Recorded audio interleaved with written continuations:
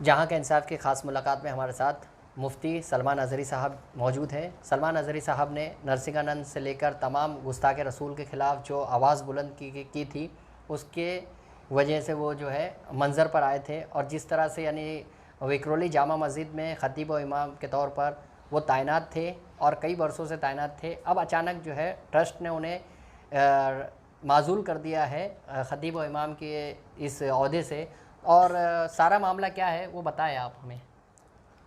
اعوذ باللہ من الشیطان الرجیم، بسم اللہ الرحمن الرحیم، الحمدللہ وکفی وسلام علی حبیبہ المصطفیٰ، اما بعد۔ بات در حقیقت یہ ہے کہ آج سے تقریباً 5 سال پہلے جی میرا آبائی وطن کرناٹکا ہے، وہیں پر میں خدمات انجام دے رہا تھا، اور بہت اچھے انداز سے وہاں پر بھی ہمارا ادارہ بھی قائم تھا، سینکڑوں نوجوان وابستہ تھے، بہت بہتر طریقے سے کام چل رہا تھا۔ مدینہ جامع مسجد کے جو موجودہ ٹرسٹی ہیں، ممبران ہیں، ان لوگوں نے ہبلی آ کر کے کرناٹکا ہبلی آ کر کے مجھے بار بار اپروچ کیا یہاں آنے کے لیے، بلکہ 1 2 نہیں تقریباً 1.5 سال تک یہ پیچھے لگے رہے کہ آپ ہماری مسجد کے لیے آ جائیں، ہم ہر سہولت دینے کو تیار ہیں۔ میرے والد صاحب سے بات کیا، میرے بڑے بھائی صاحب سے بھی بات کیا۔ شروع میں وہاں سے ترک کر کے آنے کو تیار نہیں تھا، بہرحال یہاں بہت سارے کام کرنے کے ان لوگوں نے منصوبے رکھے کہ ہمیں بہت بڑے بڑے کام کرنے ہیں، تو میں کام کرنے کا شوقین آدمی ہوں، دینی کاموں میں جتنا ہو سکے میں اپنے آپ کو مصروف رکھنا پسند کرتا ہوں۔ تو بہرحال میرے والد گرامی کے حکم پر، ان کا تو انتقال بھی ہو گیا، اللہ غریق رحمت فرمائے، میں وہاں سے یہاں آیا۔ یہاں کے مدینہ جامع مسجد کے صدر اور ان کے تمام ممبران کی بڑی خواہش کے ساتھ اور بہت شان کے ساتھ یہ لوگ لے کر کے آئے، بڑے بڑے جملے کہے گئے، یہاں تک کہ وہ باتیں آج کہیں تو لوگوں کو مذاق لگتا ہے، جس انداز سے ان لوگوں نے بڑی بڑی باتیں کہی تھی کہ ہمارے محلے میں جو ہے ایک ولی کا قدم آ گیا، فلاں آ گیا، بہت ساری چیزیں، یہ ایسی ہوتی ہے ان کچھ لوگوں کی فطرت۔ تو بہرحال آنے کے بعد بہت اچھی سہولتوں کے ساتھ یہاں رکھا بھی گیا، اور دینی خدمات میں نے کوئی کسر نہیں چھوڑی، میرا پورا محلہ گواہ ہے۔ الحمدللہ آنے کے بعد میں نے جو یہاں پر سنبھالا، باغڈور سنبھالا، امامت تو دیکھیے جس طرح کی ہوتی ہے، میں اس طرح کی یعنی جس طرح پابندیوں کے ساتھ میں اس طرح سے شروع سے بھی نہیں کر سکا، کیونکہ میری دینی مصروفیات بہت زیادہ ہوتی ہیں۔ یہ مجھے ہر طرح کی سہولت دے کر کے اس بات پر اتفاق کر کے لائے تھے، اس میں ہمارے بڑے بھائی صاحب بھی گواہ ہیں اور دیگر لوگ بھی گواہ ہیں کہ آزاد طریقے سے مجھے یہاں رکھا گیا تھا کہ جب جب آپ یہاں پر آئیں گے آپ امامت کریں گے، یا جس وقت آپ اویلیبل ہوں گے آپ نماز پڑھائیں گے، اور باقی آپ کو جو یہاں پر خدمات کرنا ہے وہ سب کر سکتے ہیں۔ یہ تمام باتوں کے ساتھ الحمدللہ میں یہاں پر کام شروع کیا، اور یہاں میرے آنے کے وقت جو ہے جو لوگوں کی نمازوں کی حالات تھے وہ جانتے ہیں لوگ، میں اب ان تمام چیزوں کو ذکر نہیں کر رہا۔ تحدیث نعمت کے طور پر میں یہ کہتا ہوں کہ جس وقت آیا تھا تو صرف 50-55 چھوٹے بچے پڑھتے تھے، اور آج الحمدللہ تقریباً 475 بچے وہاں پر پڑھتے ہیں، 450 بچے لاک ڈاؤن سے پہلے تک کی رپورٹ یہ۔ پھر ہم نے اس میں دارالعلوم بھی قائم کیا، جامعہ ریاض الجنہ نام سے، محلے کے کئی طلباء اس میں حافظ قرآن بننے لگے، ماشاءاللہ، اور عالم کورس بھی شروع کیا، اور اس کے علاوہ دعویٰ کورس نام سے ہم نے نوجوانوں کے لیے جو کالج والے ہیں، بزنس والے ہیں، جاب والے ہیں، ان کے لیے شروع کیا۔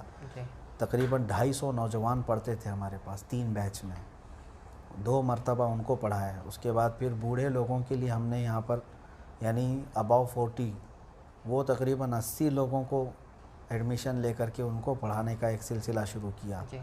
بہت ساری چیزیں شروع کی گئی ہیں، یہاں تک کہ اسکول کو بھی شروع کیا گیا مدینہ جامع مسجد کے ہی احاطے کے اندر۔ کام تو بہت اچھے چل رہے تھے، ہر ہفتے جو ہے 3 دن تک یہاں قرآن پاک کی تفسیر ہوتی تھی، اور اس کے بعد پھر ہر ہفتے جو ذکر کی مجلس ہوتی تھی، وہ تو میں کہتا ہوں کہ شاید پورے ممبئی میں کہیں جو ہے رات کے 12 بجے کے بعد محفل اس طرح کی ہر ہفتے نہیں ہوتی ہوگی. رات 12 بجے سے لے کر رات کے 2 بجے تک پھر لوگ روزہ رکھتے تھے جمعرات کے دن.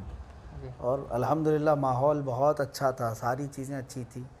اب دیکھیں ان لوگوں کے اندر جو آپ کہہ رہے ہیں یہ ٹرمینیشن کا مسئلہ آیا ہے, انہوں نے فتوے کو ایک آڑ بنایا, اور آج میں پورے ہندوستان بھر میں بھی جو بحث چھڑی ہے ان سے بھی کہتا ہوں اصل مسئلہ فتوے کا نہیں ہے. فتوے کا ادب و احترام ہم کرتے ہیں, اس کے اگینسٹ لوگوں کو جانا بھی نہیں چاہیے. نہیں, ہم نے آپ کا ویڈیو بھی دیکھا, اس میں بھی آپ نے جی کہا ہے. ہاں, اصل جو ہے مدعا ہے اس کو تو لوگ جان ہی نہیں رہے ہیں کہ یہ ٹرسٹیوں نے کیا ظلم ڈھائے ہیں, اور ان لوگوں نے کتنی بڑی شڑینتر رچا پوری امت میں انتشار اور افتراق پھیلانے کے لیے. آج علماء کے 2 گروپ کر کے رکھ دیا ان لوگوں نے. ہاں, ان لوگوں کی حرکتوں کی وجہ سے یہ من مانی تمام چیزیں کیے. یہاں پر جو باہر بیٹھے ہوئے تبصرے کر رہے ہیں نا, ان سب سے میں کہتا ہوں کہ محلے میں آ کر کے عوام سے تبصرے لیں, پوچھیں, یہاں پر حالات کا جائزہ لیں کہ کیا چل رہا ہے یہاں پہ. سب کچھ ٹھیک ٹھاک تھا, بس تکلیف ان کو کہاں سے شروع ہوئی وہ میں آپ کو بتاتا ہوں. جی بتائیے. ہماری تنظیم ہے الامان سنی فاؤنڈیشن. جی. یہ میں جب ہبلی میں تھا تب بھی قائم تھی, اور آج بھی وہاں پر قائم ہے الحمدللہ. اور بھی کئی جگہوں پر اس کی برانچز ہیں. میرے اپنے آبائی وطن میں ہے, ممبئی میں بھی دوسری جگہ پر ہے, وسئی میں ہے, جہاں جہاں تھی یہ قائم تھی. تقریباً 2008 سے چل رہی ہے. میں یہاں آیا ہوں 2017 میں. اور یہاں آنے کے بعد نوجوانوں کو ایکٹیو رکھنے کے لیے ان کو میں نے اس تنظیم سے جوڑا. ان کو یہی چیز بری لگی, اور یہ بار بار یہ کہتے ہیں کہ ایک کمپنی کا ایمپلائی جو ہے دوسری جگہ کام نہیں کر سکتا. انہوں نے مسجد کو کمپنی بنا دیا ہے. کمپنی نہیں ہے یہ دینی خدمات میں 70 جگہ کام کرنا ہوگا تو فقیر حاضر ہوگا, میں جاؤں گا. کئی تنظیموں کے مجھے صدر بنایا گیا ہے, کئی تنظیموں میں جو ہے الگ الگ عہدوں پر ہے, میں کام کر رہا ہوں. دوسرے علماء بھی کر رہے ہیں. امامت کے ساتھ کرنا کوئی جرم ہے؟ نہیں, بالکل. ہاں, بس اس کو مدعا بنایا, وہیں سے ان کو تکلیف ہے. اصل میں یہ محلے کے نوجوان لڑکوں کو نہیں چاہتے تھے, وہاں سے جو ہے نا انہوں نے ہمارے سے دشمنی پکڑ لی بس, کہ ہم آپ کو لائے تھے اور آپ ان کے ہو گئے. بس ہم آپ کو لے کر کے آئے تھے, ہم نے آپ کو اتنی سہولتیں دی, ہم نے آپ کو وہ کیا یہ کیا, اور آپ جو ہے محلے کے ان لڑکوں کے ساتھ چلے گئے. کیا برا کیا میں نے ان نوجوان بچوں کو؟ آپ بتائیں, میں آپ کو بتاؤں, ان میں سے ایسے ہیں جو نشہ کا کاروبار کرتے تھے, نشہ بیچتے تھے اور نشہ کے ایڈکٹ تھے. آج وہ الحمدللہ پوری نمازوں کے پابند ہیں. ماشاءاللہ. الحمدللہ آج میں ان کو کھڑا کر سکتا ہوں, لیکن میں کسی کو جو ہے ڈیمیج کرنا نہیں چاہتا, کسی کی عزت. وہ لوگ بھی جانتے ہیں ان تمام باتوں کو.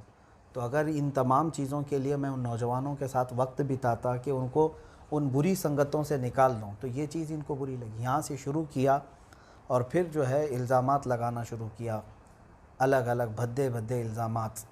ہاں, جو کبھی جو ہے ان لوگوں نے کوئی رسم وفا تک نہیں رکھی. اتنے سالوں تک میرے پیچھے نماز پڑھتے رہے. اور سب سے بری بات یہ ہے, سب سے بری بات, انہوں نے مدینہ جامع مسجد کے اندر جو ذکر ہوتا ہے اس کو بدنام کیا پوری دنیا بھر میں. یہ کہہ کر کے بدنام کیا کہ میں لوگوں کو اپنی طرف سجدہ کراتا ہوں. معاذ اللہ رب العالمین. ایک عام مسلمان بھی اس کا تصور نہیں کرتا. اور یہ جو صدر ہے اور جو دوسرے لوگ ہیں یہ خود بھی سجدہ کرتے تھے اس میں, اس ذکر میں. 2 سال تک تو یہ خود حاضر رہتے تھے. کبھی ان کو خیال نہیں آیا. جب دشمنی ہو گئی تو محراب کے اوپر کیمرہ لگایا, اور پھر اس ویڈیو کو اس طرح سے لے کر کے بتایا. جبکہ ہوتا یہ ہے کہ حلقہ ذکر لگایا جاتا ہے, گول حلقہ ہوتا ہے, درمیان میں میں کھڑا ہوتا ہوں. ذکر کے اخیر میں سجدے میں جا کر لوگ دعا کرتے ہیں, دعا کے لیے جھک جاتے ہیں. میں ہر بار یہ اعلان کرتا تھا کہ جس کو جہاں جگہ میسر ہو سجدے میں چلے جائے. بلکہ شروع میں ہی میں نے یہ اعلان بھی کیا تھا کہ آپ اپنے قبلے کا اہتمام کریں. بالکل. تو بہرحال کبھی ہمارے ذہن و دماغ میں بھی, تصور میں بھی یہ نہیں کہ لوگ جو ہے نا اس طرف سجدہ کریں. جگہ کی قلت ایسی ہوتی تھی کہ جہاں جہاں لوگوں کو جیسا موقع ملتا, وہ کوئی عبادت کا سجدہ نہیں تھا, نماز کا سجدہ نہیں تھا, دعا کا سجدہ. دعا کے لیے بندہ جس طرف چاہے جھک جاتا تھا. تو اب اس کو جو ہے نا انہوں نے ایسی شکل دی کہ دنیا بھر میں خالی جو ویڈیو دیکھے گا نا اس کو ایسا لگنے لگے کہ یہ تو سجدہ کروا رہے ہیں. تو یہ ایک مسلمان کے خلاف شڑینتر رچنا, یہ قیامت کے دن اس کا جواب دیں گے. یہ جو میرے خلاف ان لوگوں نے ایک پورا ماحول کریٹ کیا اور آج بھی بدنام کرنے کے لیے اس چیز کو چلاتے ہیں. جی بہرحال اب یہ سب چیزوں سے نہیں چلا تو اب فوٹو اور ویڈیو کا مسئلہ جی لے وہی کر کے آئے. اسی پر میں آپ کو بتاتا ہوں, جی ان سے آپ جا کر کے سوال بھی کر لیں کہ جی مسجد میں کیمرہ لایا کون تھا, ہماری ویڈیو شروع کس نے کیا تھا. یہی صدر ہے, ان کا خود کا کیمرہ ہے. جی ہاں یہ کئی ہزار کا کیمرہ لے کر کے آئے. آج بھی مدینہ جامع مسجد کے نام سے یوٹیوب چینل موجود ہے, اس میں جا کر کے دیکھ لیں. بیک گراؤنڈ یہ صحیح کرتے تھے روزانہ آ کر کے, یہ خود ہی لگاتے تھے. اچھا سیٹ اپ پورا ان کا ہوتا تھا, لیپ ٹاپ ان کا ہے, کیمرہ ان کا ہے, سب کچھ ان کا تو ہے. معاملہ اختلاف کہاں سے پیدا ہوا؟ بتا تو رہا ہوں میں آپ کو, سب کچھ یہی کرتے رہے. 2 سال تک تو ہماری ویڈیو خود بناتے تھے یہ. اچھا ہاں خود بناتے تھے ہر جگہ. اور اس کے بعد پھر جو ہے ان کو اس وقت سے بھی معلوم ہے جی کہ ہم بریلی شریف سے کس قدر ادب و احترام رکھتے ہیں. جی دیکھیں میں ان تمام جو ہے خطابات کو جو ویڈیو میں نشر کیے جا رہے ہیں جی صرف اور صرف دینی غرض سے استعمال کر رہے ہیں جی کہ آج حالات ایسے ہو گئے ہیں کہ مجبوری آ گئی ہے جی کہ باطل قومیں جو ہے اس پر پورے کے پورے حاوی ہو گئے ہیں سوشل میڈیا پر. جی جی اگر میں وہاں جواب نہ دوں جی تو بہت ساری چیزیں ہم دیکھ رہے ہیں, ہم آڈیو میں بھی کیے ہوئے ہیں. ہاں, آپ ایسا نے تو نہیں ہے, نرسنگانند کو بھی جواب دیا. وہ تو ہے اس وقت. اس سے پہلے آپ دیکھیں سال بھر تک میری تفسیر قرآن جہاں جہاں ہے جی آڈیو میں رہی ہے. تقریباً 3 سال تک تفسیر بھی جو ہوتی رہی آڈیو میں ہوتی تھی.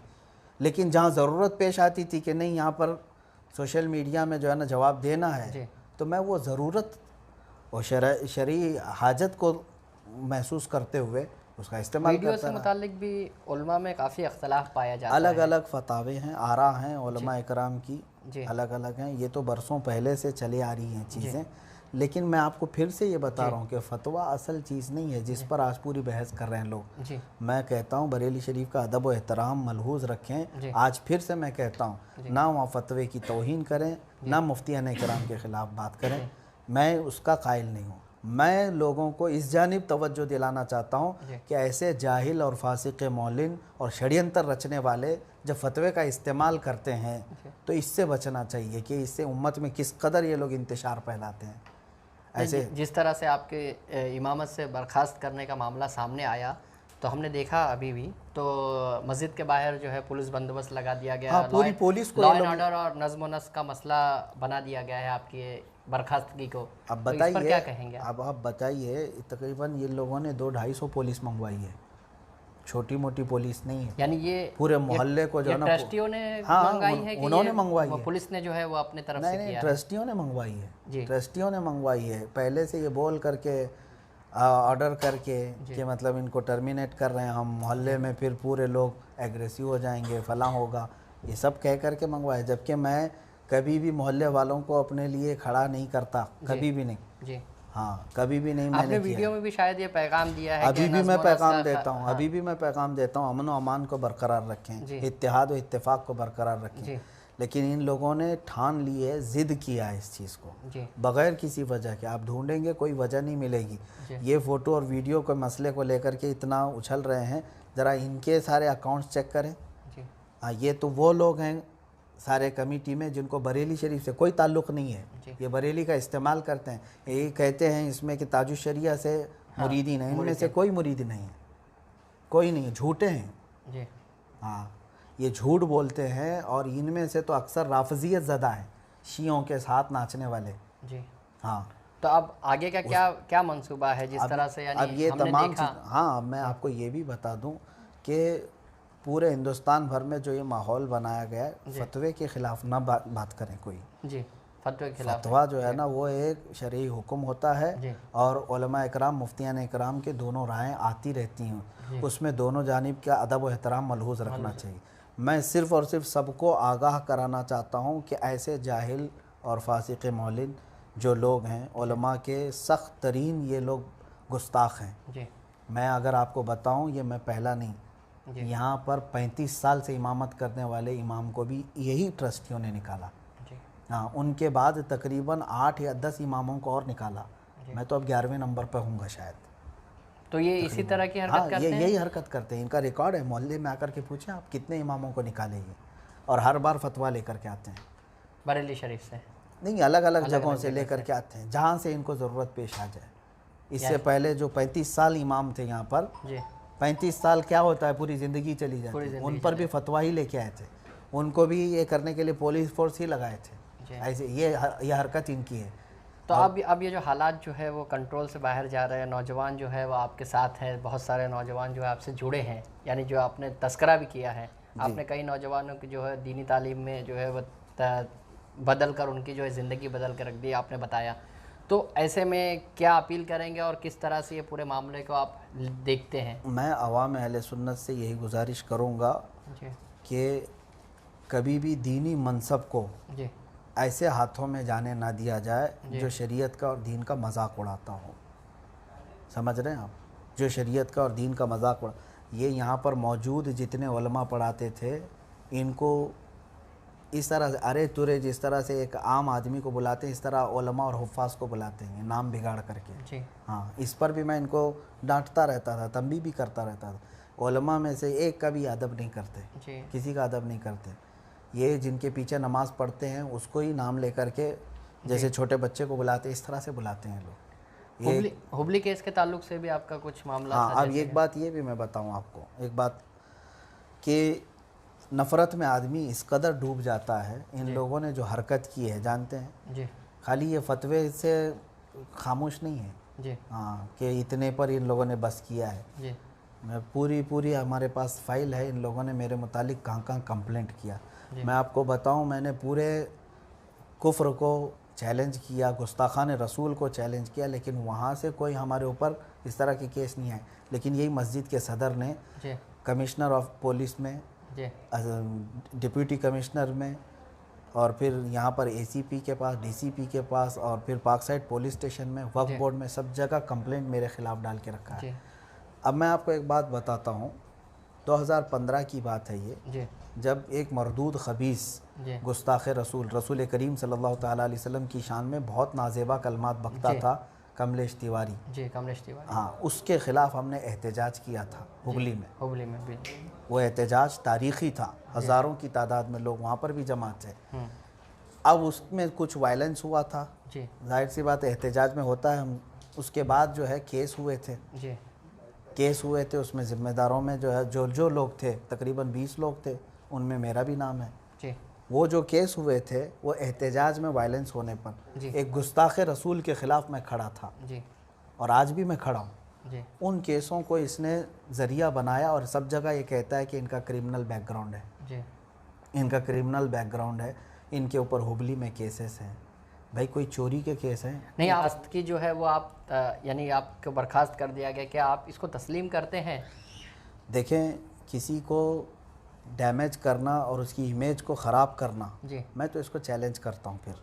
ہاں, ان لوگوں نے جو آگے یعنی کیا قانونی چارہ جو قانونی کارروائی کرنی ہوگی وہ میں کروں گا. اچھا, جو قانونی کارروائی کرنی ہوگی وہ میں کروں گا ٹرسٹ کے خلاف, اور جو بھی لوگ ہیں. دیکھیں, ابھی میں نے مان لیا یہ تمام چیزوں کو, کیونکہ اب میری ذمہ داریاں بہت زیادہ ہیں, میں دوسرے کاموں میں مصروف ہوں. ہمارا جو ہے بہت بڑا پروجیکٹ ہے, اللہ تعالیٰ اس میں کامیابی عطا فرمائے. میں ان سے الجھنا نہیں چاہتا. ہاں, جو پاکھنڈیوں کے ساتھ کھڑے ہوتے ہیں, جب گستاخ رسول نرسنگھانند کے خلاف میں موبائلے کا چیلنج دیا, پورا ہندوستان کھڑا تھا ہمارے ساتھ, اور ان کمینوں نے اس بارے میں بھی جا کر کے کمپلینٹ کیا ہے.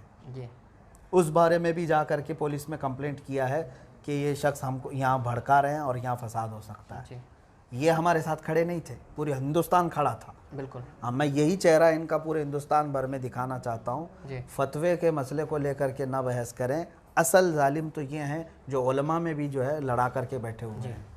یہ تھے مفتی سلمان اظہری صاحب, جو بتا رہے تھے کہ کس طرح سے ان کی برخاستگی کو جو ہے وہ چیلنج کریں گے, کیونکہ ان کی برخاستگی جو ہے وہ درست نہیں ہے. اس میں جو پیمانہ لگایا جا رہا ہے, جس طرح سے بتایا جا رہا ہے کہ ویڈیو کا مسئلہ ہے, لیکن ویڈیو کے مسئلے سے کہیں آگے بڑھ کر معاملے کو مفتی سلمان اظہری نے آپ کے سامنے پیش کیا.